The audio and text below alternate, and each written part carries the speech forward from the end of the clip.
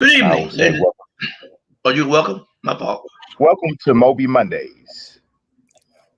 Go, Curtis. Good evening, ladies and gentlemen. My name is Curtis Simons, and I'm the chairperson of MOBE, and I'd like to welcome you tonight to another great of our MOBE series.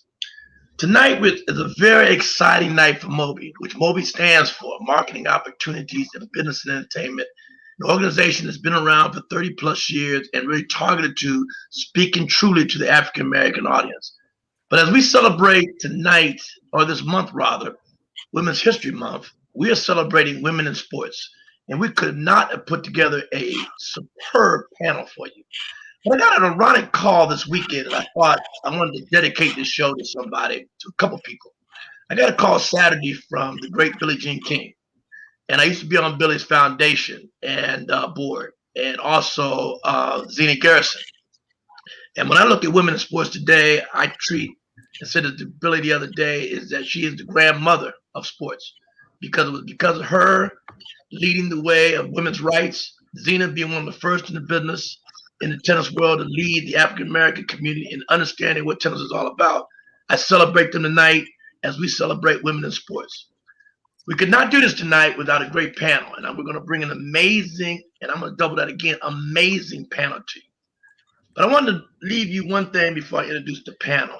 And it was something that I got from Billie the other day that I wanted to quote as we go into this. So listen to this line. Reputation is what others think about. What far more important is your character, because that is what people think about you. Think about that as we discuss this today. So I'm going to kick it off with our host tonight, which I've known for many years at BET. She's the Emmy Women Award, one of the best I've known in the business. Nicole Watson, she's been around, and we worked together for many years at Black Entertainment Television. She was one of the standalone folks, along with a few others, that was responsible for starting a show we call The Sports Reporter on BET, which was copied by many others, including ESPN, over the years because of the gratitude of what we brought to the table about sports news. She's just an award-winning journalist, has been around. She knows a lot. She's going to carry this discussion. So now I'm going to introduce Nicole Watson. Curtis, thank you so much. I really appreciate being a part of the MOBE Symposium, MOBE Mondays, if you will. And really tonight, especially, we want everybody, all of you who are tuning in at home, on your computers, on your digital devices, to make sure that you put some questions and information in the chat, because we really want to add some value to the conversation. And of course, that means you. I want to introduce our guests very briefly. And then as we begin and continue with our discussion, they're going to add some more value, because when you hear about their experiences and their titles and the work that they've done, I promise you, you'll know that they are definitely ones to watch in this industry. So let's begin. Jennifer King, the assistant running backs coach with the Washington football team. Now, I would say when it comes to powerhouse, this young lady's already getting it done. And don't sleep on her experience, because she's done a little bit of everything. In fact, I told her, I said, it looked like a typo. Was I reading this right in your bio?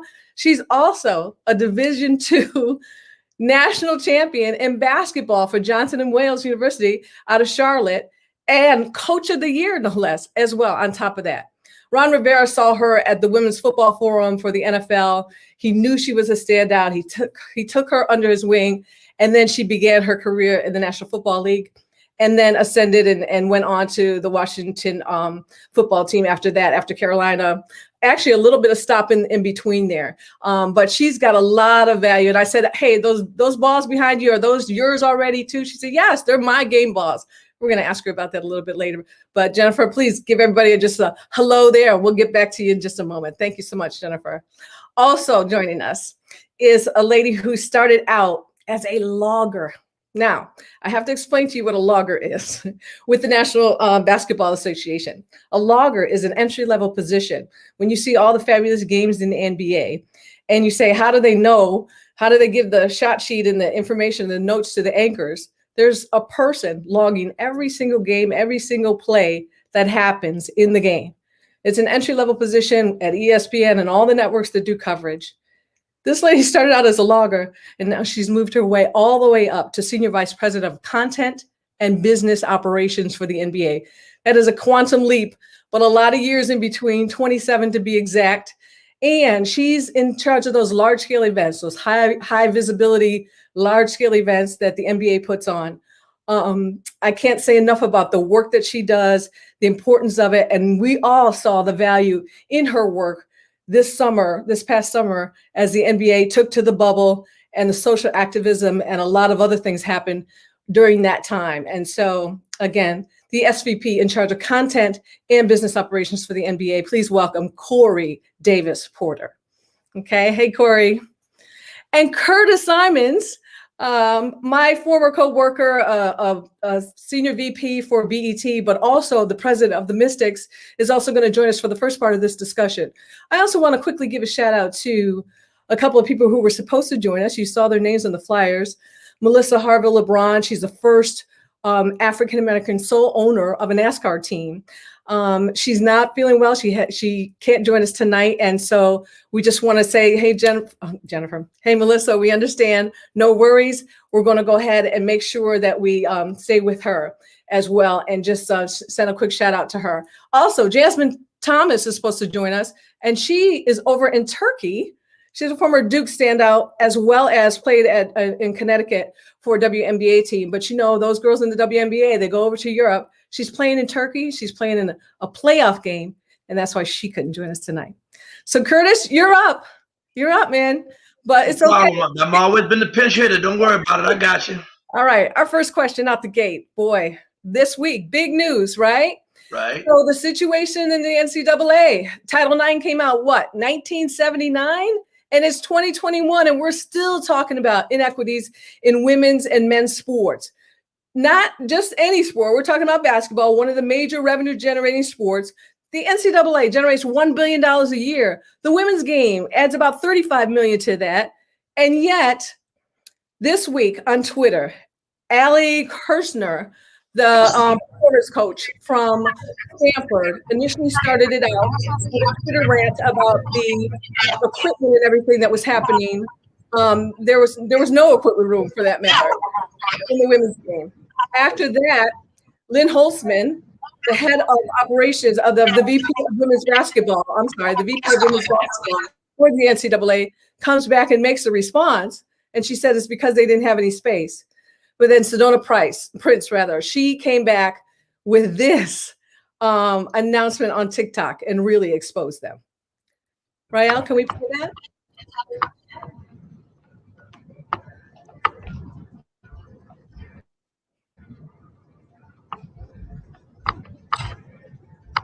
So for the NCAA March Madness, the biggest tournament in college basketball for women. This is our weight room.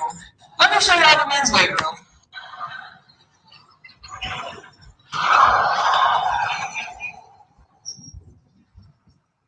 Now, the picture of our weight room got released versus the men's. The NCAA came out with a statement saying that it wasn't money, it was space that was a problem. Let me show you guys something else. Here's our practice court, and then here's this extra space. If you're upset about this problem, then you're a part of it. So for the NCAA March Madness, the biggest tournament in college basketball for women, this is our weight room. Let me show you all the men's weight room. Okay. I just wanted y'all to have a peek at that video if you didn't get a chance to. But let me tell you, we can fill that sound real quick. Statement saying that it wasn't money.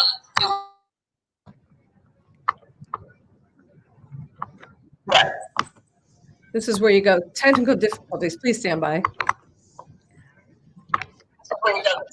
Just let it go, Rob. Just let it go. Just let it go. All right. We just want to get, there's nothing like the power video, first of all. So we just want to be able to play it for you. But basically, again, 2021, I believe that it just means that somebody didn't necessarily have a seat at the table. Who had a seat at the table when the decisions were being made about what they were to be fed, what the weight room looked like, what the practice facilities were going to be? It matters. Kori, I gotta ask you first. You had a great comment about this, about not just a seat at the table, but something else.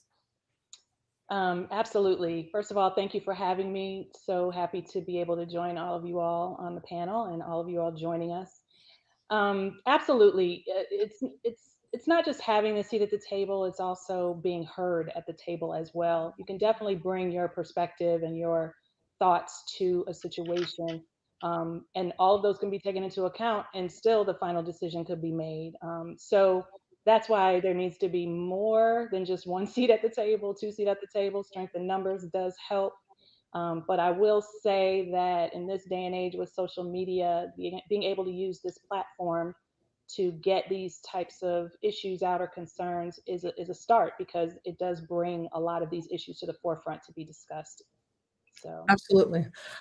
Jennifer, as a former national champion in basketball, come on, you know about what the men get versus the women. Just give us your take on this particular incident.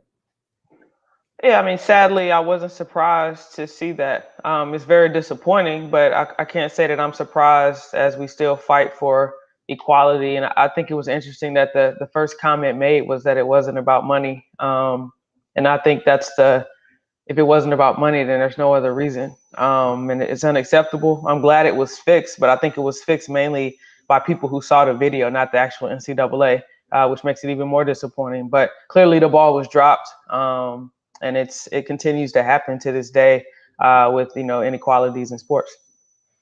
Curtis, as a former president for the Mystics, I mean, dealing with the league offices and things like that, what they do when it comes to the women's game versus the men's game.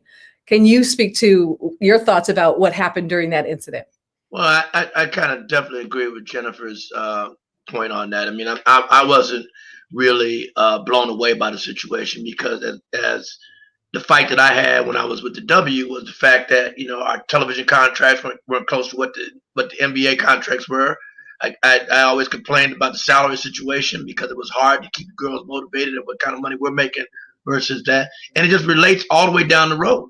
And when you look at how that was, as Kori said, it wasn't a seat at the table, and it wasn't enough seats at the table, and it was just a judgment call, and the only way it got somewhat exposed, it had to be social media to expose it. It shouldn't be a second thought. The problem with women's sports is it becomes a second thought, and that's the thing that's got to change, and it has to come from the top, and the NCAA has got to do a better job in really making that message heard. Edmondson didn't say anything about it. He was pretty much on the sideline, letting his other people take the firing line, but he never once had a press conference to say, "Oh, I'm responsible.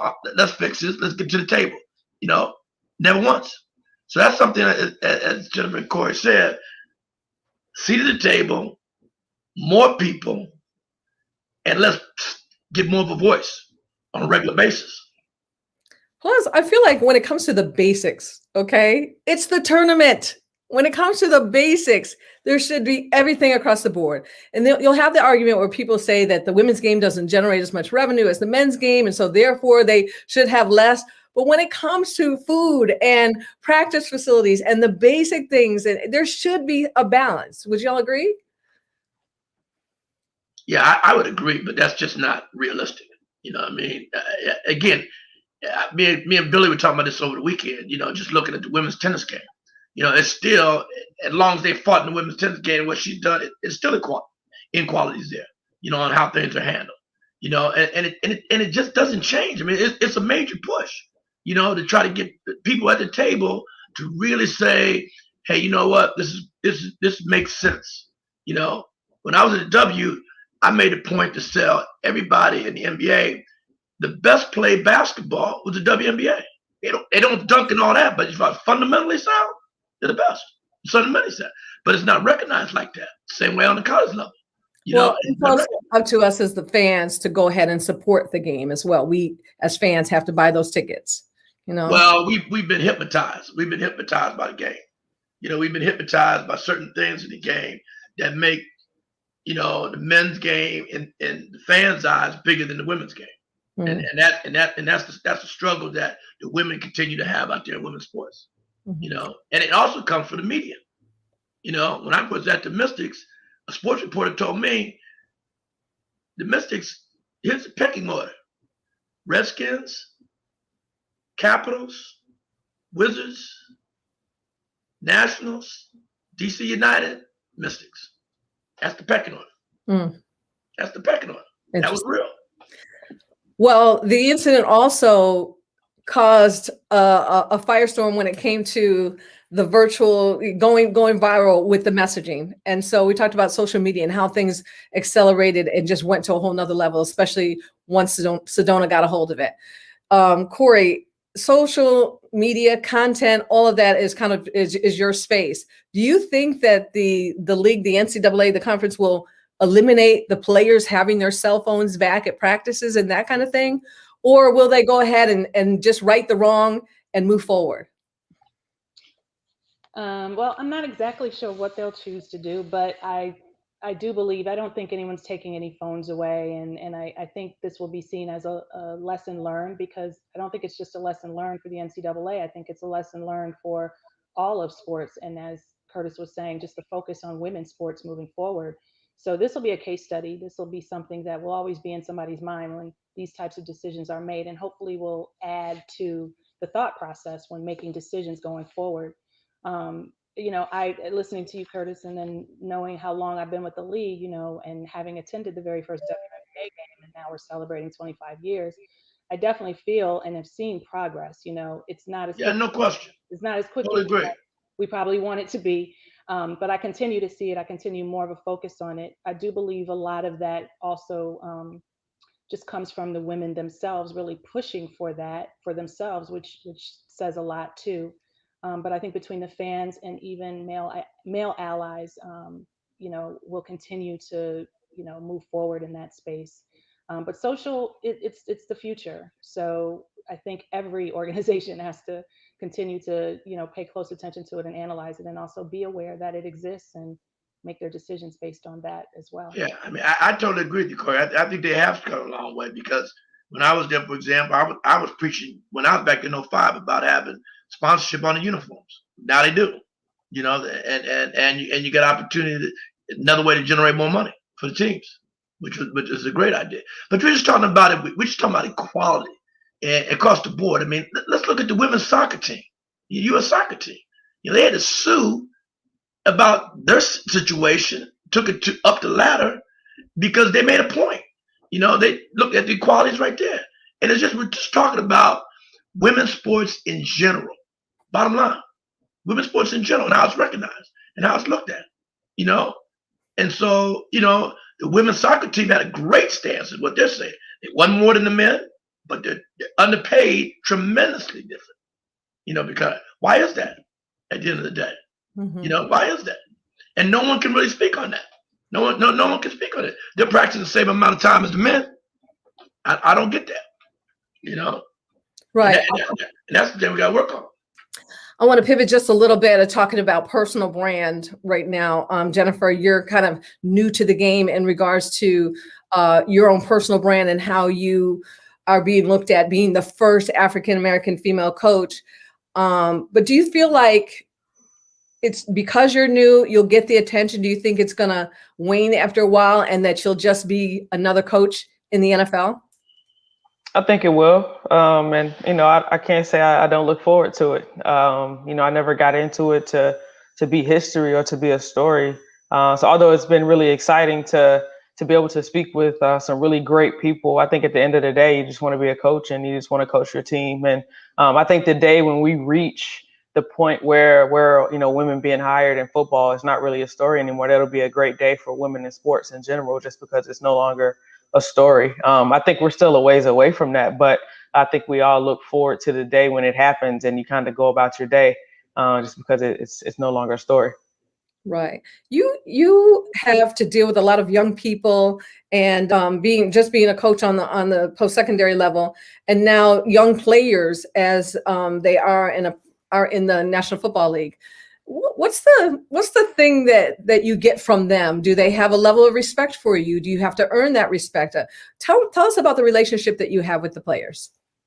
Yeah, I learned early on in coaching, just in general, about building relationships with players and being able to help them. And as I moved into football, I guess many years ago now, I've never had a problem with the athletes because they knew that I could help them. They knew that I was where I was supposed to be. And it's no different in the NFL. They want to be better, and I can help them be better and perform on Sundays. And that's what it's all about. And they haven't looked at me any differently. I have great relationships with them. I know them on personal levels, about off the field things. And I think that's so important to building that trust with athletes, is being able to have that connection that is more than on the field. And that connection has allowed me to help teach them. And, I always say so many people have had female teachers growing up, and essentially that's all coaches are, we're teachers. So I don't think that the athletes really look at it any differently, and I haven't had any problems. I think that's what Ron Rivera, I read between the lines, but I also heard what he said about you. And it's those intangibles, I think, that you brought to the table, not just the X's and O's, because he knew that you knew and understood that. But I think it's those intangibles that he was proud of. What do you think he saw in you? Yeah, I mean, he's spoken about just, me being genuine and authentic. I think that's what helped me get to where I am. I didn't go in trying to be more than I was, and be someone that I wasn't when I first started in Carolina. I went in to learn and grow as a coach, but also went in to bring something to the table. I think that was kind of what brought his attention that I was serious, is that I didn't just come to watch and observe. I came to bring something to the table because I was a head college basketball coach at the time. And I went there with that attitude, what I needed from my assistants. And I was able to bring something to the table and become important. Beautiful. Doug Williams and a lot of other coaches say you're the real deal. So, I love it when you get the endorsement from those veteran coaches and the people who've been in the game for a while. So yeah, I stamped that one for you. Definitely. Okay. Kori, the question for you, my goodness. No, I don't know too many people in this day and time who stay at a job for 27 years in any industry. And so I applaud that. I love the fact that you've been there so long, and you have to know how to come and go and deal with people, and you have to know your job and your experience. How do you navigate your day to day? And we briefly spoke of in the tech test about the fact that it's about navigating things. Like, you're not always going to meet people who think that you're the best thing. There are going to be some folks who feel like you don't belong there. So how do you navigate the business of sport as a person who's trying to ascend up the ladder and get to where you are? I mean, I definitely had to learn it. I think there's a difference now that there's more of a focus on maybe sports management programs and things like that really didn't exist when I was in school. So a lot of it, like what you said, is like knowing personalities. One thing I realized when I reflect back is I always stayed very educated on the business and like the organization and who ran what and what departments interconnected to what and what did that mean for me and how did I play a part in that. And so it would allow me to step back and kind of figure out my strategy on kind of what that meant to maybe get that opportunity that maybe had just been given to somebody else, but it's not going to be given to me. So how can I go about and getting that opportunity or getting noticed or, at least getting the opportunity to be able to show what I can do. And so I think that's what's kind of carried me. I have not only been able to figure out how to position myself to get these opportunities and then finally get recognized for it, but then also found maybe gray areas or holes where needs were needed. And then I kind of made that my own. And so ultimately I'm a resource at this point. Well, maybe check with Kori. If she doesn't know the answer, she can direct you and point you in the right direction. And then as media evolved, as the league evolved, work evolved and changed. And so I had to pivot with that. And I think that's how I kind of was able to do the things that I did, because I was able to adjust based on what was happening, the changes in media, going from linear to digital. And then I ultimately decided to go back to school and get my master's 17 years after being out of college. Wow. Wow. And that was not something I planned on doing. You're in television. You didn't really need it. You needed your experience, you needed your real world experience, and you needed to network. But the opportunity came up at the time. The NBA was reimbursing 100%. And that's where I stepped back and I said, well, this opportunity is here. I need to do something with it. And I never took a business school in undergrad. So it was extremely intimidating. But I realize now it was an awesome decision for myself and my career. Talk about pivot. I went from being sort of hands-on production, running shows and series, documentaries, to the business side, overseeing our budgets and our resources. But because I had done all of that work on the ground, I was able to speak to the numbers and the resources and everything needed. So I just found different ways to, take myself to another level or in another area that I can continue to learn and grow. And I still feel like I'm doing that to this day. Sure. Quickly, we have a question in the chat room, and thank you guys so much for including yourself in this conversation. We really appreciate you. So a question for Kori: throughout your career, have you realized salary differences between you and your male counterparts? And what are some of the things that you did to address that?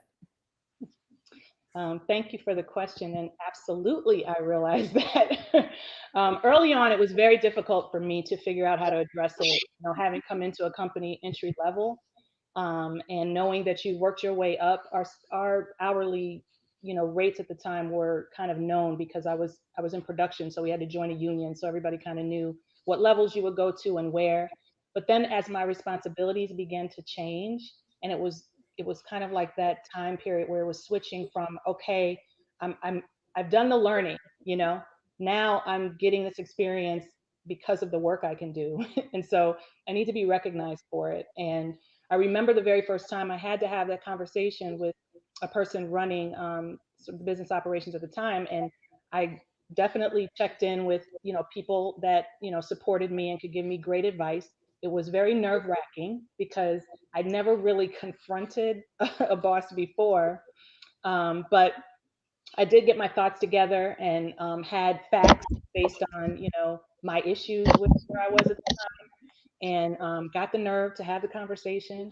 And I believe it was successful at the time. And then I just think later on in my career and where we are at society, even this conversation about equality, more companies are paying attention to it as well.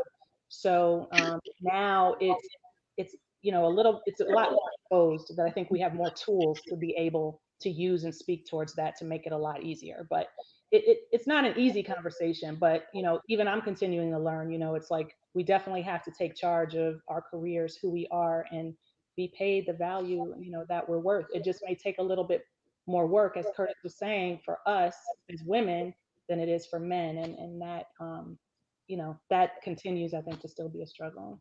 Right. Well, if you are just joining us, you've tuned into MOBE Mondays. We have an amazing panel of powerhouse women that have joined us here. Jennifer King with the Washington football team. You see, I have a hard time saying that. Gosh, I still can't let that slip off my tongue. Jennifer King joins us. She's an assistant running backs coach.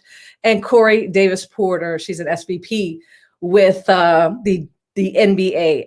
And we have to talk about how many leagues and things that covers too, Kori. We're going to get back to you with that. Curtis Simons has also joined the discussion, and Curtis is a former president for a WNBA team, the Washington Mystics. So Curtis, we're going to ask you a little bit question later on that front as well. But Jennifer, I want to get back to you because we have a question in the chat. It says, Jennifer, what are some things you are doing to push for more positions like yours for female candidates? Are there any organizations you are involved with that can help on that front? I think the biggest thing I've been able to do is just meet a few people that I've been mentoring. And I think, there are a lot of women now working in college football. They're student assistants in video, production, on field, recruiting. And I've been able to start mentoring some of them. But I always tell them the biggest thing is to be qualified and to grow and be valuable, as I mentioned earlier. So, I've been coaching football over 10 years now. I didn't just pop up in the NFL. It was a long road to get here. And I let them know that it's not just easy to get to the highest level or to become a full-time assistant at the college level. So those are the most important things that I've been doing. The NFL is doing a really good job with the Women's Coaches Forum. Every year, 40 qualified women are invited to the combine to get in front of general managers and head coaches and decision makers, owners, to show what they can do, and not just on the coaching side, but on the business side as well. So the NFL is doing a great job. I think, a lot of people don't know how diverse the actual NFL is. And sometimes they get a bad reputation because of things that happen at the team level, but it's actually, the NFL has very little control over some of those things. But as a league, I think the NFL is doing a really good job to try their best to create diversity and inclusion as much as possible. We've seen so much in the game, the female officials at the Super Bowl, first African-American female official as well in the NFL. Really quickly, just pivot about those game balls behind you. You said 10 years, but that's still a newbie. you've got game balls already. Tell us about what game balls are for. Yeah, I've played football for like 13 years, but the ones that you see right above my head, they're all game balls from this past season for our first win, our win in Philly. In Pittsburgh on Monday night, and then our win in Philly to clinch the division. And I have a game ball from Dartmouth, and also one from when I played as well from over in England. Just a little something. Just a little something. Okay. Well, we talk about they often talk about the glass ceiling. I don't like the term. I say I don't think outside of the box. I smash the box and forget the glass ceiling. I'm gonna be on top of the building, looking at y'all from a bird's eye view and looking out at the sky and seeing what else I can do. What do you all think that you add that only as an African American female, the perspective, the professionalism, and the know-how? What makes you different that adds to the game? Well, for me, I just think I bring a certain level of comfort when I'm around. I don't know if it's because I'm a female. I don't know if it's my demeanor, but this is also something that Coach Rivera spoke to me about. It's just that's one thing he noticed in Carolina when I was around, just the level of comfort it seemed to bring. So I don't know if it's because I look like a sister or an auntie to them, or to build those relationships. But that's what I felt a lot. And I have players come to me with things and to give advice, and that's something that I've kind of had for a while.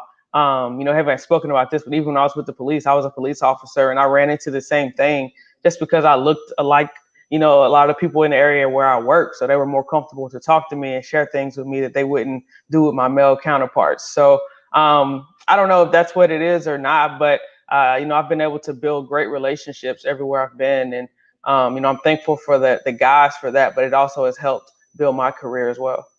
Jennifer, I used the same things when I was a sideline reporter for many years for all these different networks. I used the same things. Their players would tell me different things that they wouldn't tell somebody else. And I used to always try to fit in as opposed to really trying to enhance that advantage, because everybody uses what they have to get that edge. And so if it's a comfort level that you give somebody, so be it. There were so many times where I shied away from it, but then I became proud of the fact that, yeah, they want to talk to me because I'm like an auntie or a sister or somebody. The coaches I used to get to be able to say things and do things, the trainers, to get that inside information. So it was extremely important. Kori, is there anything special that you think you add and bring value to what you do? I definitely can relate to the comfort part. I'm considered approachable and have always been somebody people can talk to. I've been told I have the couch in the office, and I'm probably the same exact person that started 27 years ago like I am now. The other, unique thing that I feel I bring to our industry, and Nicole, you can relate, is just I'm calm.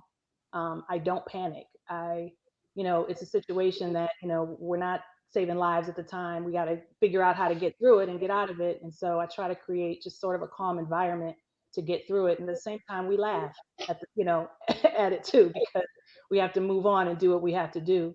And then also too, I think all of that comes with collaboration and really being open to including people on what's happening. I know that I can't do what I do by myself.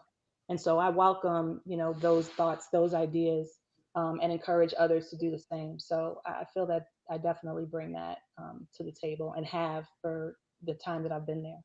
Beautiful. And ladies, you should be very proud of those unique things that you bring to the table, because yes, it's something that you own personally and no one else can duplicate. And so, yeah, be proud of it. I will tell you that I had a point where I would hide those things and I would just try to fit in. I will tell you on that note, I had an incident, several incidents. When I would be on the road with my doing football, I was a sideline reporter for the Atlanta Falcons, and I traveled and had to go with the play-by-play and the color announcer. And numerous occasions, there would be a point where I would be traveling into the press room, in and out and off the field with my male counterparts. They were two white males who got carte blanche, go in, no problem.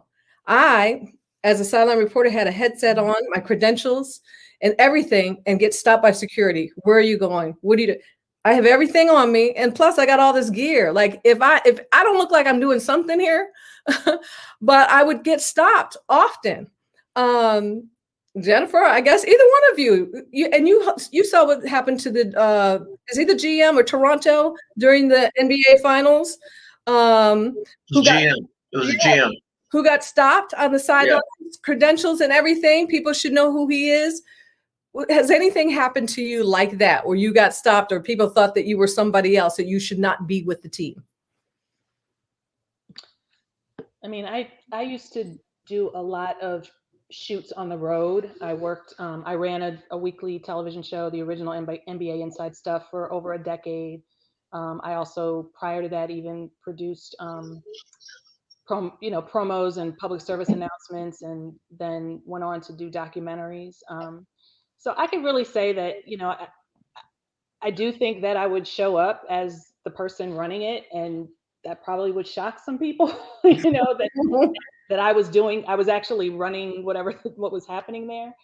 But, not to the extent of what happened to Masai in Toronto or things like that, but clearly situations that you can notice that people are surprised you're doing that type of work. And, I just continue to handle it as professionally as possible and keep doing what I'm doing. And, loved every minute of it. And we shot shows, not just, domestically, but internationally as well. So, so that's just carried me through. But yes, love the partnership. I worked with Turner when we had the partnership with Inside Stuff and NBA Entertainment. It was fabulous. I love the work. It's some of my favorite stuff to this day. So, Jennifer, same question for you. Have you had any incidents thus far? I haven't yet. I think one of the reasons why is because typically when we arrive to the visiting stadium, one of our equipment people will kind of escort me to wherever my locker room is. So I think a lot of security people actually see me when we come in, just so they remember me later once I change and I'm out and about in the stadium. So I haven't had any problems with it. Wouldn't be surprised if it happens one day, but so far it hasn't happened.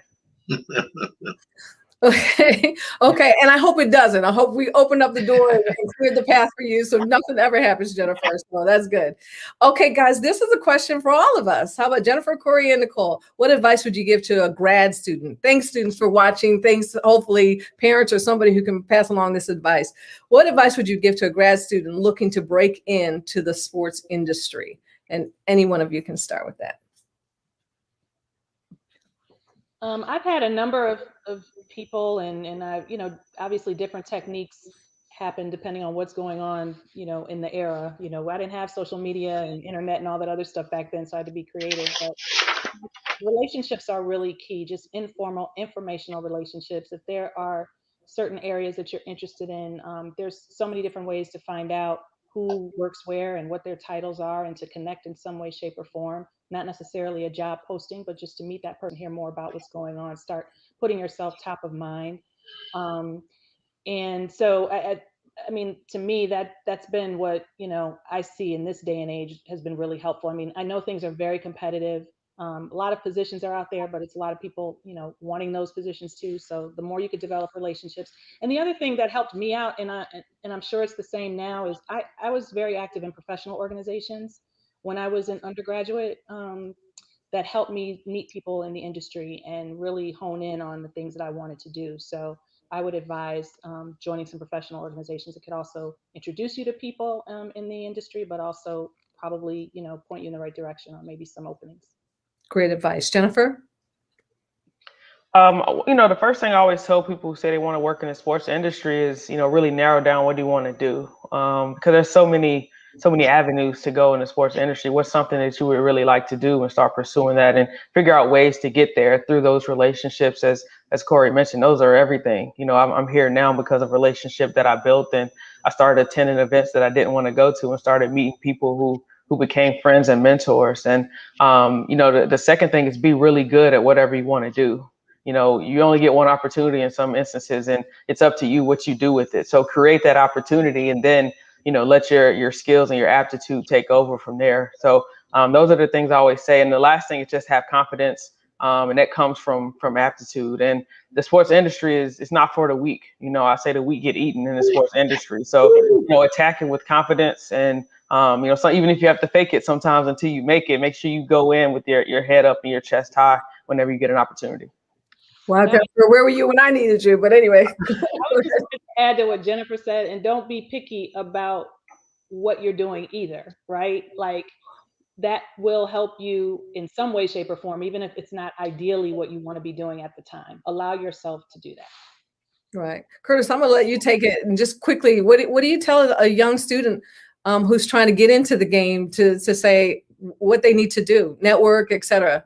Well, I always try to tell any young person that's trying to get in this business, just what Jennifer said, number one, it's a grind. You know, you got to understand that if you're not ready to grind, because everybody thinks it's a luxury business, sports industry, either be on the coaching side, television side, sideline, whatever. Everyone thinks that's a luxury business. They don't realize, as Jennifer just said, it took me 10 years to get here. You know, people just see now Jennifer's getting this recognition. It's like she just popped up. No, she didn't pop up.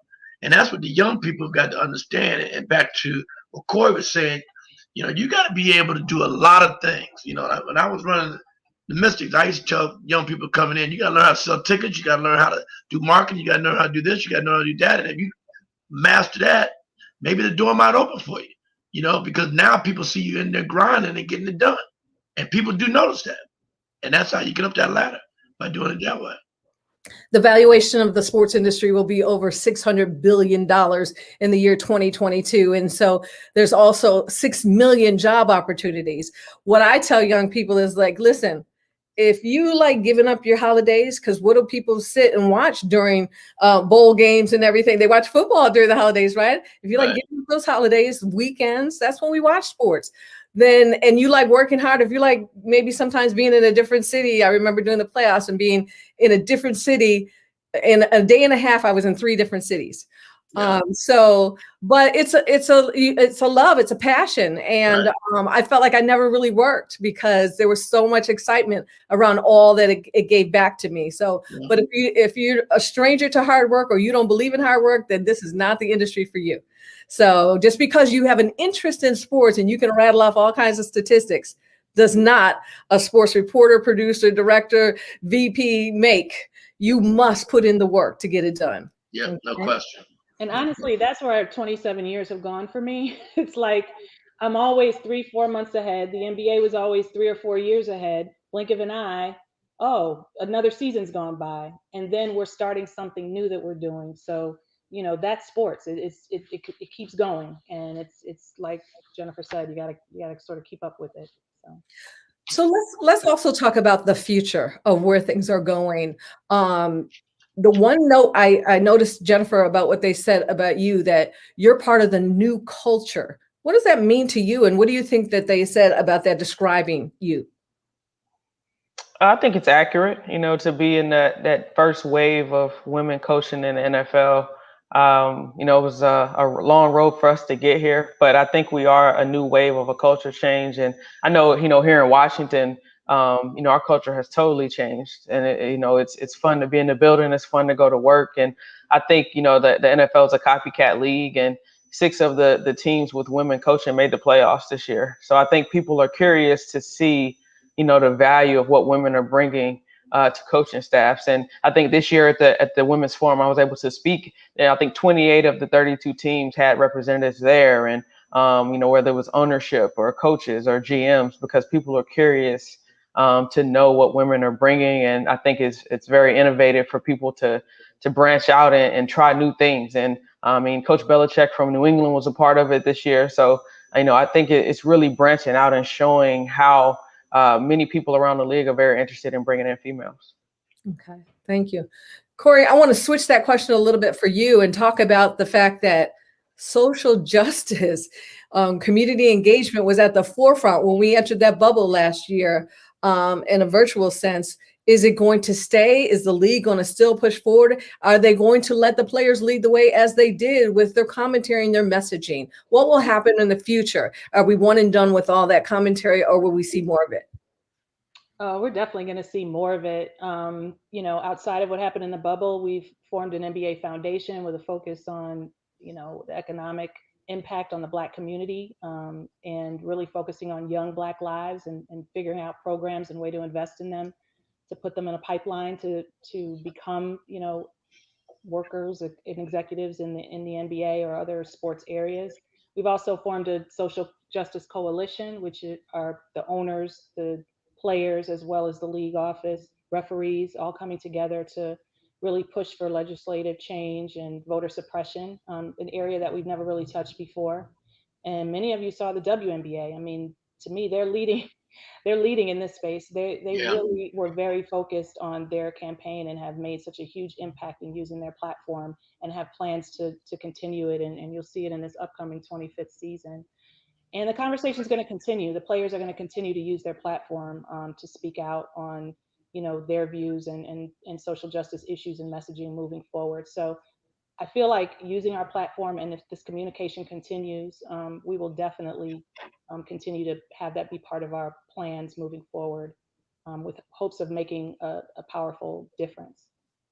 So much has changed, and I don't think we've really seen the true fallout or end results of what happened in 2020 and how companies that are sponsoring sports, 70% of the companies that sponsor sports are Fortune 500 companies.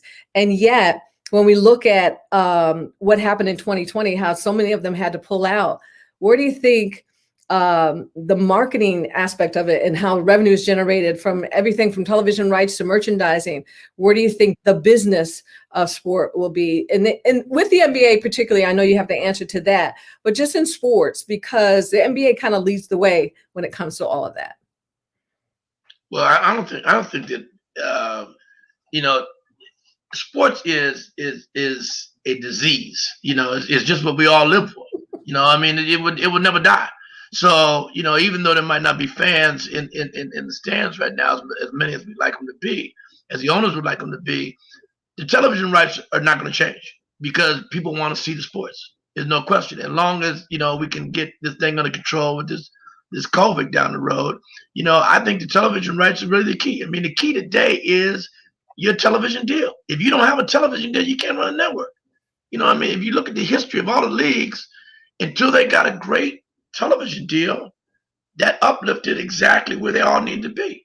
And that's not going away because television now is growing. So now you have it to where you can go from DirecTV to Sling to this, to that, to this. And there's a lot of outlets out there who want to see sports. So I think that the future's still good, in my opinion. I don't think the media will duck away. I think more so, Kori, I wanted to ask you as well, how do we rebound from 2020? When it comes to all that, I mean, and has that been a part of the discussion that you all have? Yeah, absolutely. This is where you have to use brilliant minds and just collaborate and try to figure out. I think every league organization is going through how do you reimagine your business moving forward. There'll definitely be linear deals, network deals, as well as a digital platform as well. But we have to, focus on viewership. Linear viewership isn't like it used to be. So how do you? No, you're right. Creative. You got to change. You got to pivot. You got to pivot. And we have to be willing to pivot, which I believe we are willing to do that. And I think everybody's just trying to put their heads together on like what that means. Because like you said, it is a disease and everybody wants it to be successful, with or without fans. I mean, we definitely are fan first as well. I mean, that's really a big part of what we do, and really looking at our base and, trying to accommodate that as well moving forward. So definitely promising, but definitely not easy, like what everybody else is going through, no doubt. Right. We only have a few minutes left in our conversation, but we want you to join us if you'd like. More questions in the chat box. Please go ahead and submit those. You are watching MOBE Mondays, and these are women in sports, some very powerful women in sports, along with Curtis Simons, who decided to join us and add to the conversation. Thank you. I'm just pinch-hitting the ladies are doing what they need to do. Take care of that. Always the famous saying, behind good men are great women. Always understand that. All right. Well, we're leading the way too. So, hey, but Jennifer, I want to ask you on that note too. How involved are you with social media and the things that you do outside? Because it is such a tremendous force. Do you have your own things that you contribute every day on that platform, those platforms, to make sure that you engage with the audiences that are out there? I do try to engage as much as possible. I mean, sometimes it's a little overwhelming, but I do try to engage to help build my personal brand as well. And I've been able to build some really good relationships through social media, which I look forward to fostering. Is going to help me in the future. So social media has been big for me. I know, there are obviously different, outlets of social media, but it's been great for me personally. And I know, people looking to get into sports industries, social media has been huge. There's whole social media teams now who work with leagues and work with teams. And, if you're really good at social media and have a love for social media, there are possible opportunities for you just to do social media. Absolutely. Now you talk about your personal brand. Do you feel like there's ever at any point where you have to compromise or alter your personal brand to make sure that you can comply with what's happening with the NFL? I haven't. I said I've gotten here by being 100% authentic, and I don't see any need to change now. So I've remained true to myself, and I have no plans of changing. Okay, all right. The future, Kori, of just sports. I'm sure that you talk to other folks in different leagues. The future of sport. Where do you see things headed, and what's going to be the main thing that's going to take over? Are we really going to watch from our digital devices? We're already doing that, watching entire games on our phones. And what do you think the most pressing issue is in the future of sport? I mean, I think that's it. Like, are we going to be watching from our phones and become a digital product? Or, how do we keep linear television alive? Or do they kind of work hand in hand? How do we get fans back into the arenas? And will it be the way it used to be, which, I think all of us hope that it'll get there one day. I mean, that is really what motivates, the players, the leagues, and everything else. So I think the digital evolution and just being able to keep up with what's happening and be on top of it will be huge, as well as like our reach, globally. Um, and the deals that we make there. We have 13 regional offices focused on different areas such as Africa. And that's going to be a goal specifically for the NBA. But I think overall with the digital age, it just gets all the sports out there a lot farther than they've been able to be in the past from a reach perspective. Yes, you're in charge of content as far reaching Latin America, Europe, Asia, Africa. That's a lot. Where do you see the global brand for the NBA? What does it look like?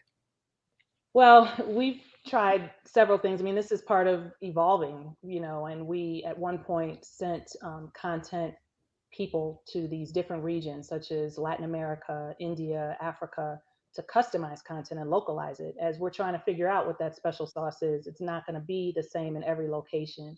And we found that so far to be successful, but it moves the needle very, slowly. You're not going to see results overnight. But I think that's part of a strategy that's going to head us in whatever that direction is. I mean, we've been very successful, early on. Probably one of the first places we were China. So, I think it's just really experimenting, kind of seeing what works and what doesn't work. And depending on the continent and where things are, maybe it will scale at some point. But I think a lot of it depends on the regions and what those fans are actually interested in seeing. And it's best to customize to that as best we can. Mm-hmm. Jennifer, the Washington football team has a global reach as well. They're very popular internationally. Have you had any fans reach out to you from other countries? Yeah, I've had a few actually. It's been really interesting to see. I was unaware of the reach of our team. I've done several things with people in the UK and other countries. I had an interview earlier today with someone in the UK. So Yep. Our brand and our team is global. As you mentioned, and I'm new to the team, so I'm learning this now. But it's definitely awesome to see love for our team around the world. I love that you get that opportunity. I love that. So great. Ladies, tell us about your goals, personal goals that you have within your position, and hopefully something that you can have come to fruition with the leagues that you work for prospectively. I'll start. I just feel where I'm at now is more just purpose driven, based on a lot of what we're talking about today. I want to be able to, help others navigate and get these opportunities and be at the table and be able to advocate for others to get opportunities in the organizations in order to represent a little bit more from both a people of color perspective and a female perspective in a lot of our areas.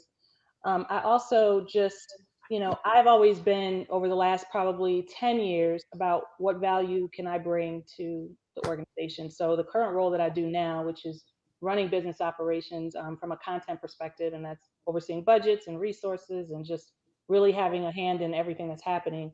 that was a need at the time I was asked to do. And of course, this is why I'm here. You know, what can I bring to the table? What need can I do? So I got out of the production part of what I do and made that transition. And so that's really my purpose too. Like, how can I best contribute to the organization right now and to the future of the organization?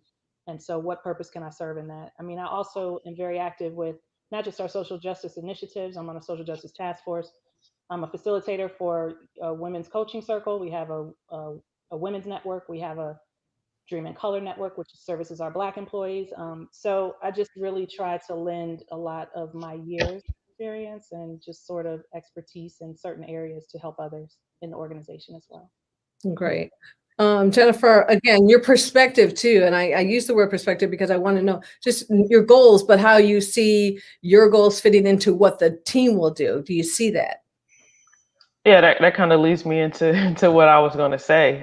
Coach Rivera always talks about be where your feet are for us, and that's something that I've done at all my stops along the way in coaching. I've essentially been where my feet are, and that's just to be present in the moment. So right now I love my job, and being the best assistant running back coach, that's my objective every single day to get better. I've moved up in the ranks by doing that, being the best wherever I am, and everything else kind of takes care of itself. And so that's where my focus is. I'm not really looking too far ahead, just really locking in and being the best for this upcoming season, and doing that in tune will make us a better group. Excellent. Jennifer, we got a question in the chat, and this is a good one now. What is going to be the name of the new team? and what will the mascot be? This is it. Oh, come on, Jennifer, give it up. Yeah, I have no idea. I mean, to be real, I don't even mind the football team. I'm used to it, and I mean, no one even talks about it in the building. Like, I haven't heard anyone say anything about it, but I know they're working on it, and I guess you guys might know before I will sometimes. But yeah, I have no idea. I still stumble with it. I try, but I haven't lived in DC when I worked for BET for those 6 years, and I'm working on it. But I wish they would come up with something soon so we could figure it all out. Anyway, ladies, we're getting ready to wrap up. Any parting shots for you and things that you want to contribute? This is such a tremendous platform. They've had some heavies on here talking about a lot of different things. Again, MOBE stands for Marketing Opportunities in Business and Entertainment. And this sports is obviously a huge thing on everyone's calendar all year long for the various sports. And it's just it's the socialization of it is something that we all do. So we're so proud of the fact that we get a chance to be a part of this great symposium that MOBE puts on. But just some parting words that you guys want. I think we need to throw back to Rael, but quickly, can you tell me some things that you'd like to just maybe tell the audience? I'll start. I'll just say, pursue your dreams. I was very fortunate in college and undergrad to know exactly what I wanted to do, and that was to work for the NBA, produce sports-related shows and features. And I went way above and beyond that. Even prior to that, my first job out of college was with the Oprah Winfrey Show. Yes, Oprah Winfrey herself. Yes. Hey. It was a detour, and it was amazing, but I ended up having to ultimately make the decision to pursue what I wanted to do, which was 27 years later. So just all I have to say is, like, nothing is impossible. You can look at Jennifer and tell that. Absolutely. Just making history. You're looking at history, and all the best to everyone, and just know you can do whatever you want to do. Okay, Jennifer, quickly. Yeah, chase your dreams, chase your passions. There's so many people doing jobs they're not happy in. So don't be afraid to take a leap of faith and chase your passion, no matter what they are, and be so willing to be so good that you can't be denied at them. And I'm very appreciative for MOBE and Curtis and Nicole and Kori, everyone, for being a part of this. Thanks for inviting me. It's been awesome. Ladies, what a great conversation. Curtis, we're so glad you brought out the rear and just, like the truth show dog that you are, just made it spectacular at the end. I want to, before we throw it around, first of all, as chairperson of MOBE, these are the kind of panels we want to do more and more of, where we have young ladies like yourself who really can talk about how you got to where you are today and what you did to do to get there. I think it's very important for young people and also entrepreneurs that watch the show, get a whole feel of exactly what you had to do to get there and understand. I thought you guys gave them some great tools tonight. I think some of the words of wisdom and some of the directions you guys laid and the way Nicole led you right into it was wonderful tonight. So I want to thank all you ladies tonight for a great job, and now, Nicole, you throw it on over to Raul. Absolutely. Raul is going to tell us about other things that are happening with MOBE Mondays. Thank you. And this has been a wonderful addition to our Women History Month series. We start off with women in advertising. Last Tuesday, we did women in music, and today was women in sports, closing the profitability gap. On our next MOBE Mondays, March 29th, is a conversation with women in technology, winning in the digital age of learning, from the classroom to the workplace. Communities of color are still fighting to obtain an equally high level of education that can ensure their children's future success and opportunities for a better life, no matter where they live or how much money their families make. And for adults in the workplace, having digital skills will secure viability and survival. How prepared are you for changes in the education of your children or your own advancement in a workplace where technology reigns? This MOBE webinar will tackle the discussion with three amazing women leading that technology charge.